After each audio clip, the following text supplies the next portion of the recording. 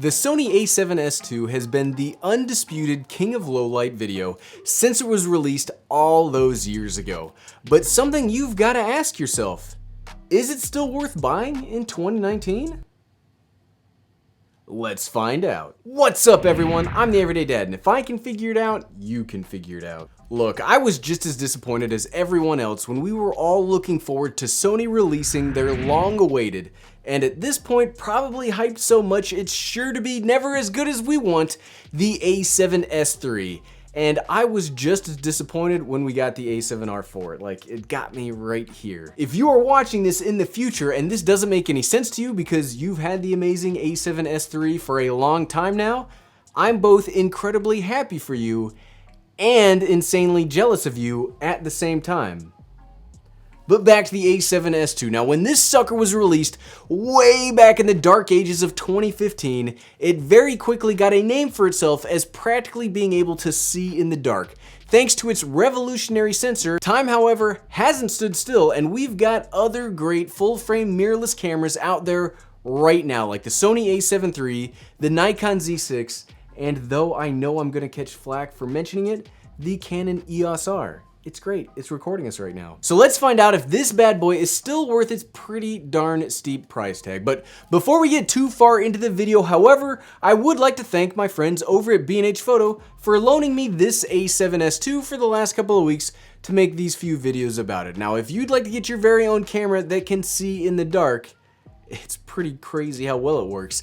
There will be links in the description below. And since you and I probably have not looked at the recording specs of the A7S II in recent memory, let's cover those really quickly so we all know what we're talking about. Now, the Sony A7S II has a 12 megapixel full frame CMOS sensor. It can record in up to 4K 30 frames per second internally, which was a first for the A7S line. The A7S I could record 4K, you needed an external recorder for that though.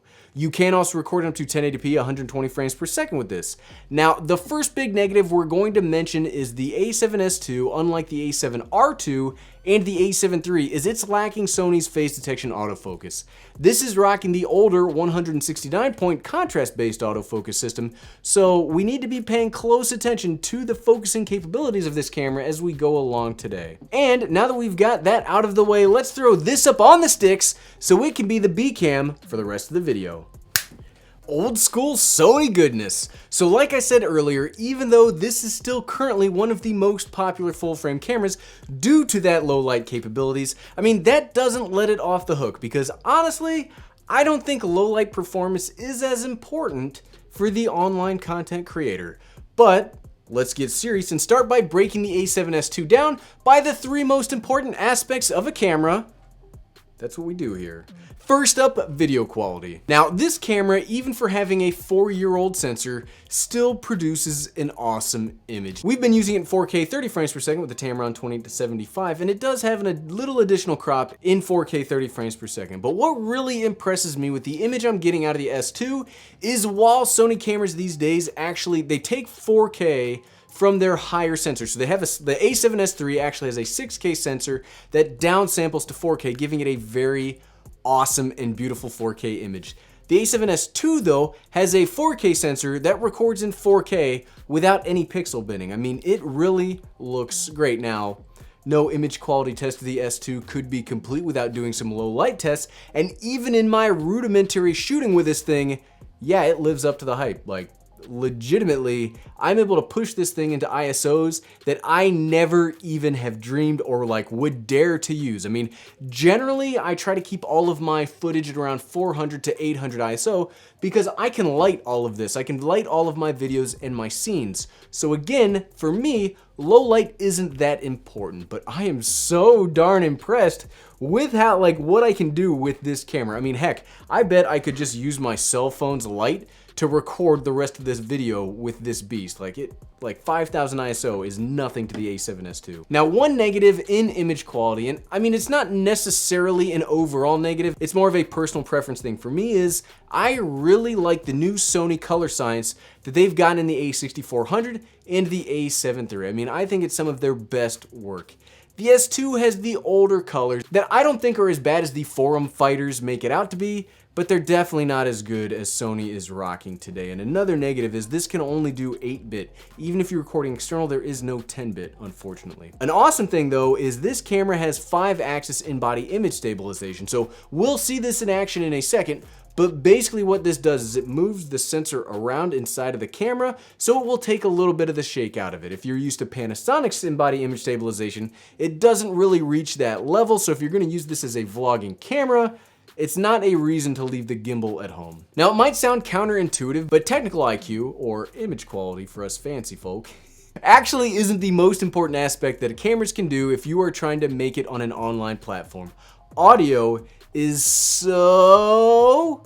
I typed that with 12 O's for emphasis in the script. It's so much more important. And like the current generation of cameras, the A7S II does give you both an audio in jack and a headphone out for equipping a microphone and monitoring the audio in use. And something else that's awesome is you can use that Sony XLR adapter here to get pro level audio. I love those things. You also get the ability to manually control the internal gain on the camera to let your microphone do the heavy lifting. And yeah, I think the preamps on this thing and other Sony cameras they work very well. There's only 2 brands that I trust to do the heavy lifting for audio for me. Sony's one of them. But let's throw all of this theory together and put it to the test in a video/vlogging test. See you out there. And welcome to the vlogging test of the Sony A7S II. Now we're actually doing this vlogging test at a different time of the day than we normally do it. As we've mentioned, this is the low light king, so we are currently recording after sunset. So it is I have never done a vlogging test this dark before, so I'm very excited to see how the footage looks, because the other low light footage I've been getting out of the A7S II, it's mind-blowing. I mean, this thing is called the Low Light King. It definitely deserves that name. Like, it is amazing. But as a vlogging test, there's a few things that you need to look for to see if this is a camera that you'd like to use for handheld run and gun stuff. One, listen to the audio. I currently have a Rode VideoMic Pro Plus put on top of this thing. I'm not as concerned because Sony cameras they have really good internal preamps. I never have a problem getting good audio out of the Sony. Number 2, check out the stabilization.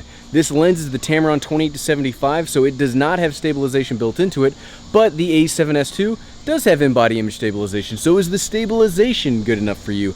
And 3, well, I mean, you can't see it, but there is no flip screen. It's a Sony full-frame camera, unfortunately. I wish there was a flip screen. There's not. And another, not even like Fuji. Like, Fuji has the tally light, so you can at least tell if you're actually recording. I have no idea if we're recording or not. I could just be out here talking to myself in the backyard, which, I mean, my neighbors think I do all the time anyway, but I think it'd be an okay vlogging camera. Okay, back to the video. And we're back. And yes, we did that vlogging test at night just to put a little more strain on the sensor. And man, I'm so impressed. I did that after, like, the sun had gone down, there was very little light, and it just crushed it. So good. I mean, ugh. So you can get pretty good image quality, but what matters most to me is how easy is it to get that image quality. Now, this generation of Sony cameras is a little more fiddly to use than the current ones. It does have that older user interface. I mean, it's not as clearly broken down by functionality.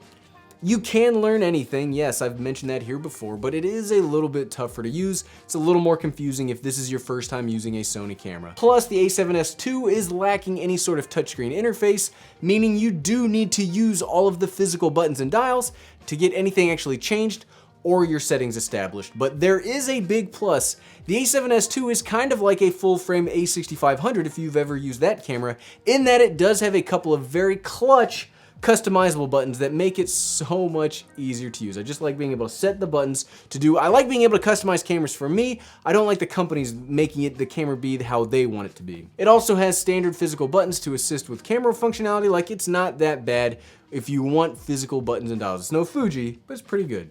Now, it does have a couple of really big negatives for ease of use. One, obviously, it's a Sony full-frame camera. It doesn't have any kind of flippable screen for monitoring, so if you were trying to record yourself, you just kind of have to hope that everything works out, or you hook it up to a big TV so you can see what's going on as you're recording. And 2, and really this is the biggest negative in my opinion, this is the camera before Sony started using the Z-type battery.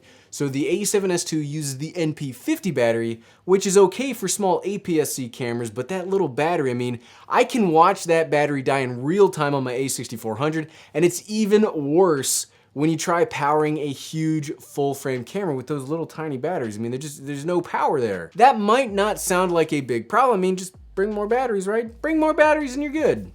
Well, if you're like me, you forget to charge stuff all the time. So if you forgot to charge them, you're tough, right? Or you have to set up multiple batteries for charging, so that you gotta, like, it just makes a big hassle when you've got to bring like 3 or 4 batteries all the time. It's not insurmountable, but it is a bit of a hassle. Now, after you hit record, I break ease of use down into 2 parts. The same problems poke their head around again, and straight up, the A7S II kind of fails my fiddliness test. Just like we saw in the vlogging test, there is no flip screen, the stabilization is okay, but again, keep your gimbal, and the autofocus does all right, but it's not as reliable as Sony is known for today, which is unfortunate. So let's say you end up deciding to buy this camera because you are dying to record stuff in a cave, or on the moon, or you just spend all of your money on this camera body and you can't actually afford lights now.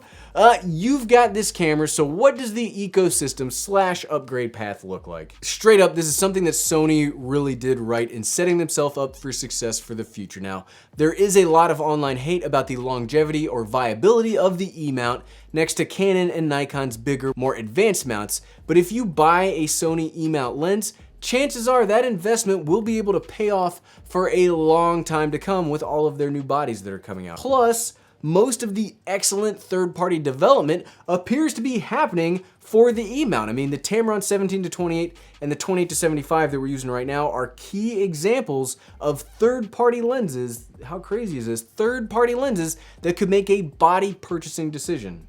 Nuts, right? There are also cages, battery grips, and other accessories that can and do turn this camera into an absolute monster that's been used professionally since its release. Like, it is used today. But at the end of the day, so what, right? Is the Sony A7S II worth buying in 2019 for the online content creator? Only if you really need that obscene low light recording capability. I mean, this is still a $2,000 body, and it's missing some of the newer features from something like the A6400 that we're going to be comparing it against later this week, or the A7 III. Specifically against the A7 III, it's missing the newer, bigger, and wonderful Z-type battery, the great autofocus, and the much better color science. Now, that's not to say that the A7 II is a bad camera. It's not a bad camera by any stretch of the imagination, and could and does get used today to make very great video. But the thing is, there are just so many other good options out there